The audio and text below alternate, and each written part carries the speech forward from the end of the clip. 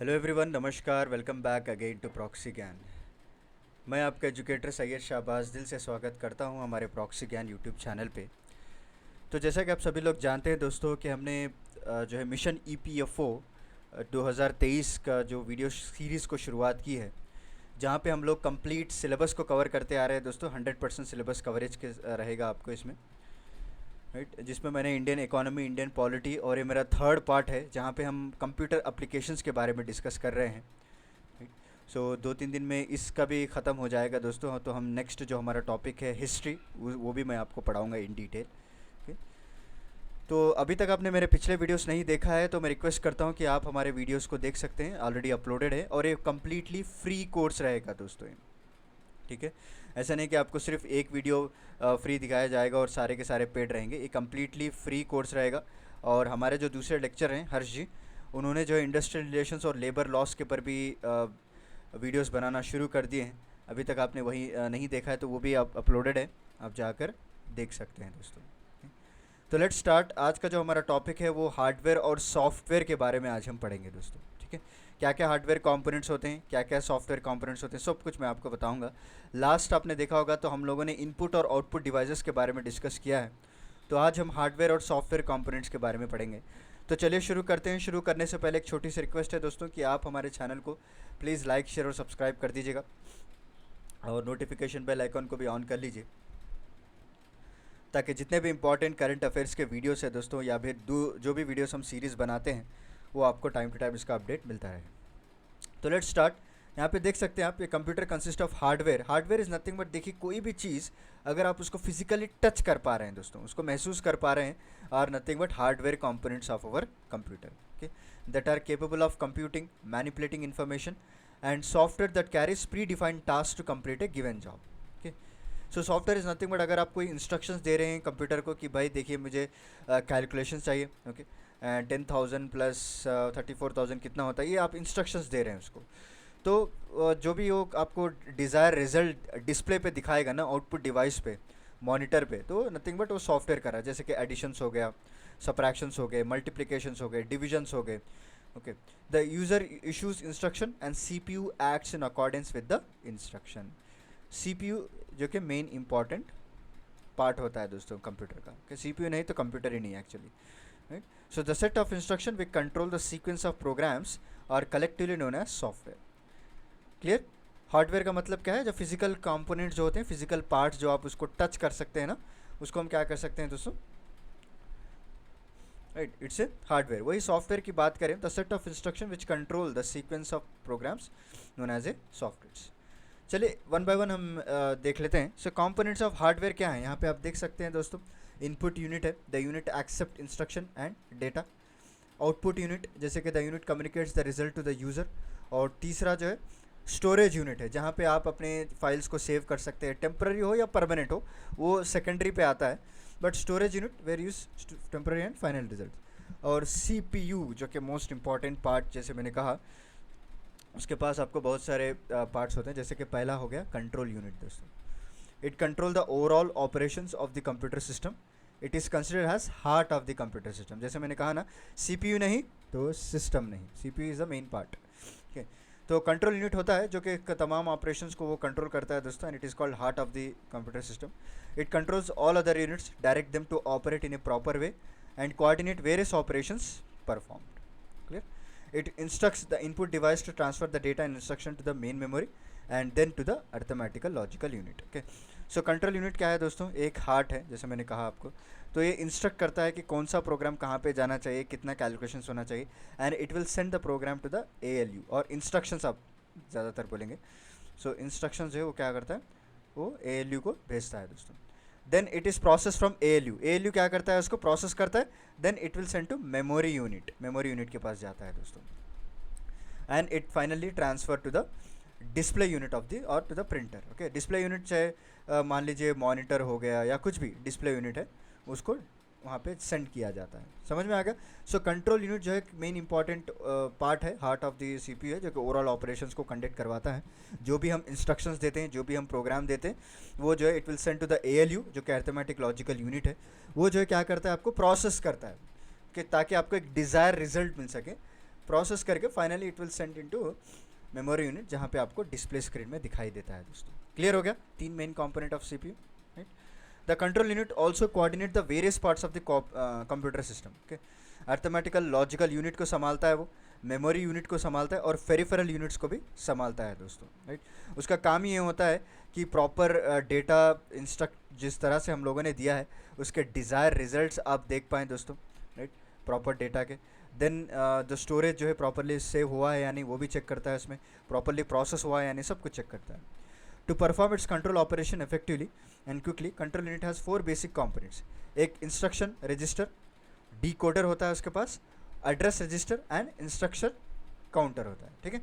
So control, देखिए कोई भी चीज़ को काम करने के लिए उसके भी थोड़े कंपोनेंट्स होते हैं दोस्तों, ओके। सपोज मान लीजिए अगर कोई किंग है, कोई रूल कर रहा है, तो इसका मतलब ये नहीं कि किंग ही जो है सारे फाइनेंस को भी वही देखेगा, होम मिनिस्टर वही रहेगा, राइट, रेवेन्यू मिनिस्टर वही रहेगा, नहीं। वो क्या करता है अपने काम को डिवाइड कर देता है, उसके पास कंपोनेंट्स होते हैं। उसी तरह कंट्रोल यूनिट में भी ऑपरेशंस अच्छा परफॉर्म करने के लिए उसके पास 4 बेसिक कंपोनेंट्स। एक आपको इंस्ट्रक्शन रजिस्ट्री है, दूसरा डीकोडर है दोस्तों, ओके, तीसरा एड्रेस रजिस्ट्री है और चौथा इंस्ट्रक्शन के काउंटर है। क्या है? Instruction counter. क्लियर? चलिए नेक्स्ट आगे बढ़ते हैं। अर्थमेटिक लॉजिकल यूनिट, जैसे मैंने कहा the unit performs 2 kinds of operation. ये 2 तरह के ऑपरेशंस को परफॉर्म करता है। एक आपको अर्थमेटिक प्रोसेसिंग हो गया एंड लॉजिकल प्रोसेसिंग, ठीक है। कौन सा? एक आपको वेरी वेरी इंपॉर्टेंट टर्म्स में आपको बता रहा हूँ, बहुत ही डिटेल में हम लोग पढ़ रहे हैं। अगर आपने कई बुक्स में देखा होगा तो आपको सिर्फ ये बता दिया होगा कि CPU consist of control unit, ALU unit and storage unit, उसके बाद उतना कोई डिटेल पढ़ाता नहीं है।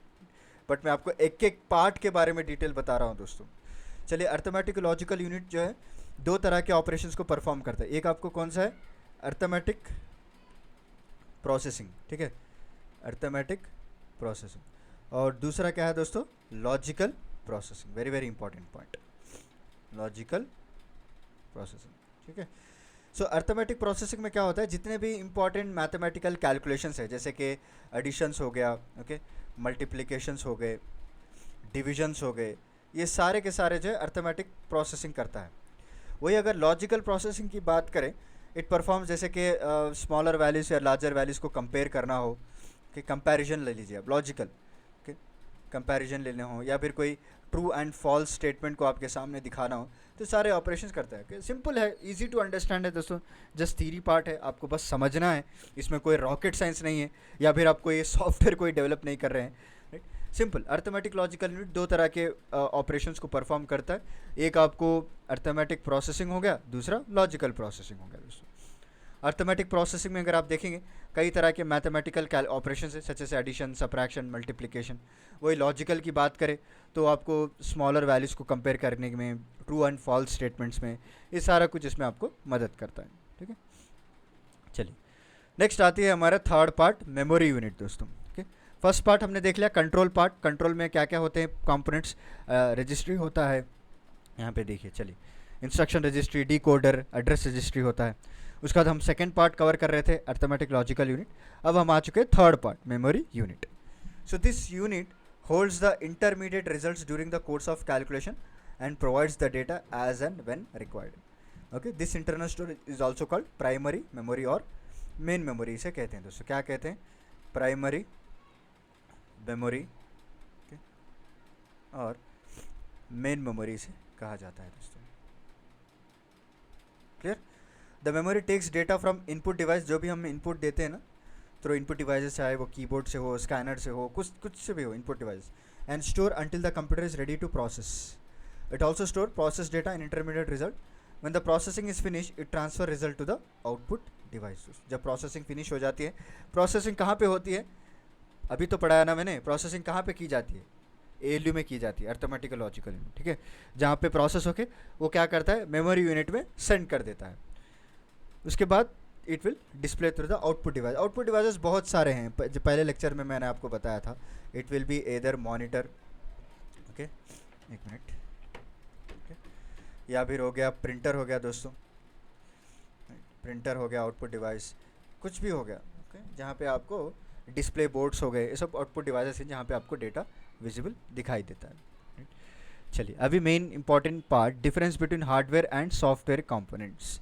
अभी तक तो आपको पता चल गया होगा कि बेसिक नॉलेज तो आ गई होगी कि हार्डवेयर किसे कहते हैं, सॉफ्टवेयर किसे कहते हैं।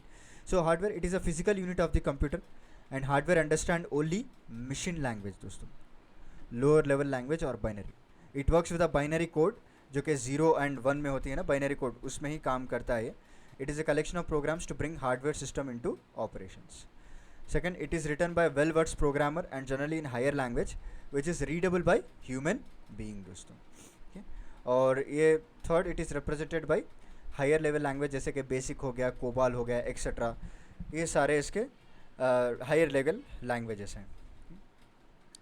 तो नेक्स्ट अगर बात करें कंप्यूटर मेमोरी की, there are two kinds of computer memory, primary and secondary दोस्तों। So primary memory is accessible directly by processing unit. So primary memory जो डायरेक्ट प्रोसेसिंग यूनिट के ज़रिए से वो एक्सेस कर सकता है। RAM in an example of primary memory, random access memory जिसे हम कहते हैं। रैम का फुल फॉर्म क्या है? It is random access memory. So primary memory होती है ये, जो कि डायरेक्ट प्रोसेसिंग यूनिट से ये एक्सेस कर सकती है। As soon as the computer switch off, the primary memory will get lost. इसीलिए क्या कहते हैं, ये टेम्पररी मेमोरी होती है दोस्तों। सपोज आपका system current power of current जा चुका है या सडनली ऑफ हो चुका है या कोई ग्लिच आ चुका है, तो जितना भी डेटा था सारा का सारा वाइप आउट हो जाएगा। So you can store and retrieve data much faster primary memory compare to the secondary memory. वही अगर सेकेंडरी मेमोरी की बात करें तो सेकेंडरी मेमोरी में बहुत सारे एक्सटर्नल डिवाइसेस भी होते हैं और इंटरनल डिवाइसेस भी होते हैं। ओके, सो जैसा है कि फ्लॉपी डिस्क हो गया, मैग्नेटिक डिस्क हो गया दोस्तों, जो कि आउटसाइड द कंप्यूटर होते हैं, और पेन ड्राइव्स हो गए, बहुत सारे एक्सटर्नल डिवाइसेस भी आप यहाँ पे लगा सकते हैं। Primary memory is more expensive than secondary memory, इसीलिए तो कोई भी कंप्यूटर अगर आप ले रहे हैं तो उसका आप रैम ज़रूर देखते हैं। 4 GB RAM, 8 GB RAM, 12 GB RAM, right, 16 GB RAM. जितना रैम बढ़ता जाएगा उतना आपका जो कॉस्ट है लैपटॉप का, CPU का या फिर कंप्यूटर का बढ़ता जाएगा दोस्तों, क्योंकि रैम जो है बहुत ही फास्ट होता है। आपके जितने भी सॉफ्टवेयर्स हैं, जितने भी ऑपरेशंस हैं, वो ईजिली आपको करके देता है दोस्तों, अगर रैम आपका अच्छा रहेगा। So computer memory is to store two things, instruction to execute a program and data. Clear? So when the computer is doing any job, the data that have to process are stored in the primary memory. जैसे मैंने आपको अभी बताया, suppose आप मान लीजिए कोई video editing softwares कर रहे हैं, ओके, तो उसके लिए आपको अच्छा रैम होना चाहिए दोस्तों, तभी जाके आप इसको कर सकते हैं। This data may come from input device like keyboard और from secondary storage device like floppy disc.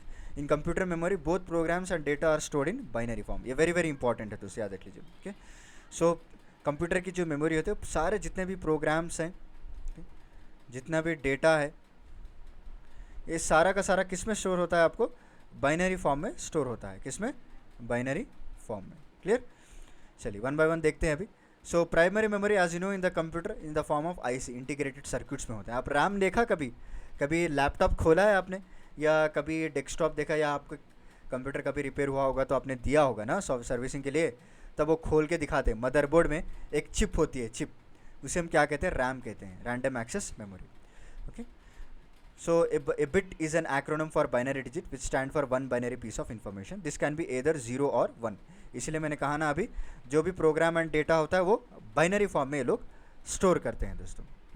सो जो इंटरनल स्टोरेज होता है, कई सारे स्मॉल स्टोरेज लोकेशन इसको बनाया जाता है, and each of this still can store a fix number of bits. इसे हम क्या कहते हैं? वर्ड लेंथ कहते हैं दोस्तों। अपने रैम, कभी आप का सिस्टम अगर कोई ख़राब हो या फिर आप कभी भी सिस्टम आपका खोलें, तो आप देखिएगा एक चिप, एक छोटी सी चिप की तरह होती है, जहाँ पे आपको कई तरह के सेल्स दिखाई देते हैं दोस्तों, इंटीग्रेटेड सर्किट्स। एक एक सेल जो है can store a fix number of bits, इसको हम क्या कहते हैं? वर्ड लेंथ कहते हैं। Each cell has a unique number assign to it and address of cell, it is use to identify the cell. Clear? उसके बाद नेक्स्ट हो गया हमारा टाइप्स ऑफ मेमोरी की बात करें, random access memory. The primary storage is referred to the random access memory. It is also possible to randomly select and use any location of the memory, directly store and retrieve data. It takes some time to any address of the memory as the first address. It is also called read or write memory दोस्तों, याद रख लीजिए। The storage of data and instruction inside the primary storage is temporary। पहले मैंने आपको बता दिया ना कि RAM जो है इसका जो स्टोरेज होता है वो टेम्प्ररी स्टोरेज होता है, ठीक है, टेम्प्ररी स्टोरेज होता है। It disappears from RAM as soon as the power to the computer is switched off. अगर आपका कंप्यूटर स्विच ऑफ हो चुका है और सडनली ग्लिच की वजह से अगर ऑफ भी हो चुका है ना, तो इट्स कम्प्लीटली डिसअपियर दोस्तों। The memory which lose their content on failure of power supply, जैसे मैंने कहा अभी, is known as volatile memory. बहुत ही वोलाटाइल होती है वोलाटाइल मेमोरी। जैसे कि पेट्रोल मान लीजिए, आप आम भाषा में बात करेंगे तो petrol is a volatile product, right.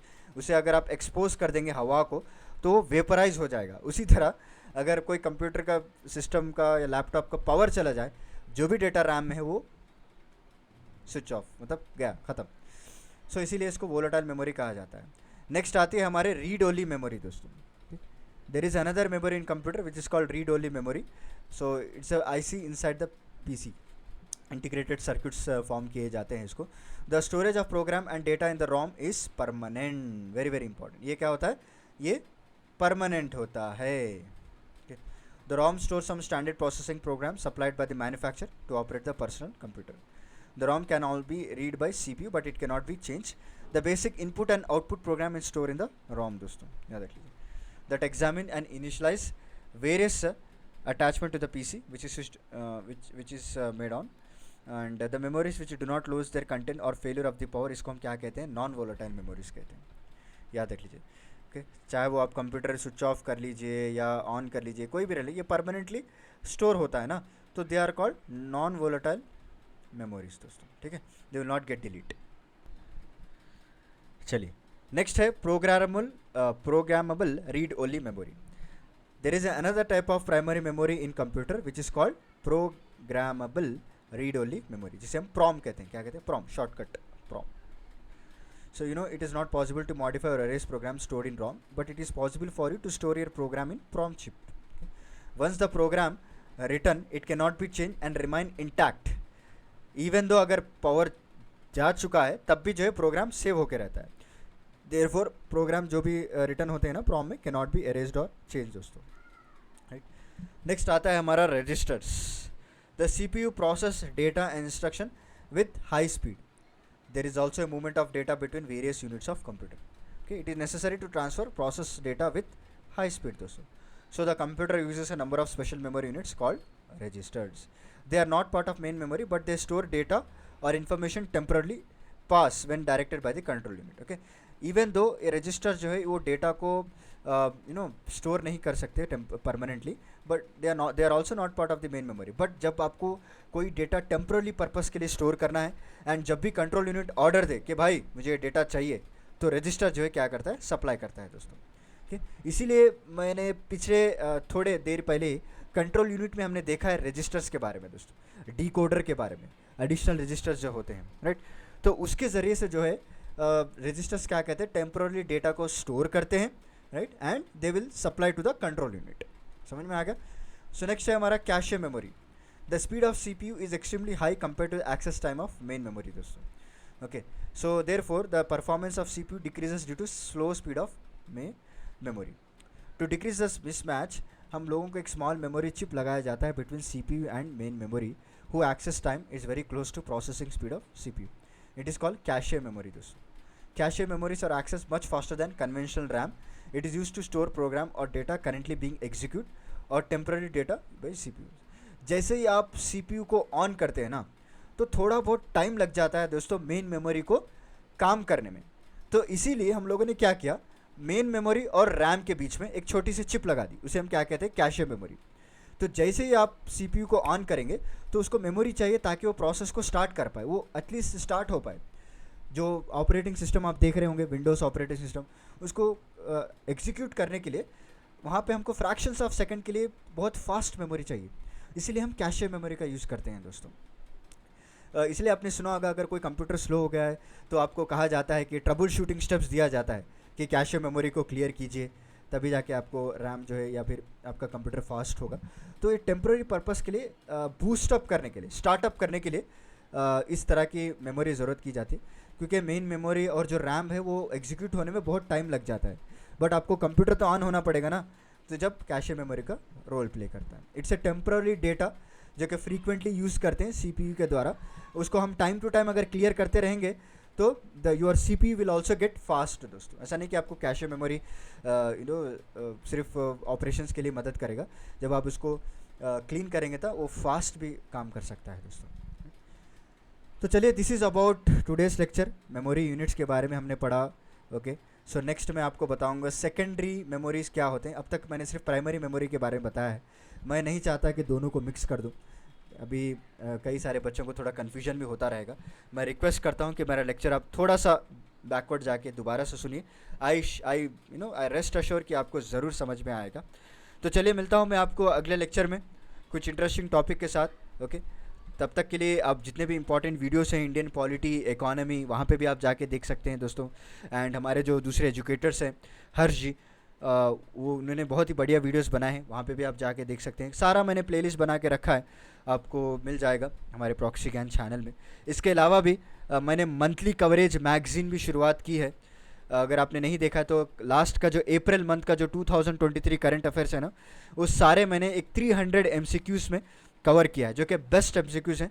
उसके अलावा आपको कहीं कहीं और क्वेश्चन नहीं पूछेगा, बेस्ट MCQs मैंने कवर किया है दोस्तों, right. And daily current affairs भी मैं आपको लेकर आऊँगा। आज मई का जो मंथ है, डेली करंट अफेयर्स भी हम कवर करेंगे। उसके अलावा जो है स्पीडी करंट अफेयर्स के भी कवर किया जाएगा दोस्तों। डोंट वरी, स्पीडी को हम नहीं छोड़ेंगे, स्पीडी करंट अफेयर्स को हम कवर करेंगे। Okay, so this is all for today. तो चलिए, मिलता हूँ मैं आपको अगले लेक्चर में कुछ इंटरेस्टिंग टॉपिक के साथ। तब तक के लिए धन्यवाद दोस्तों। Take care, stay safe, thank you so much, stay happy.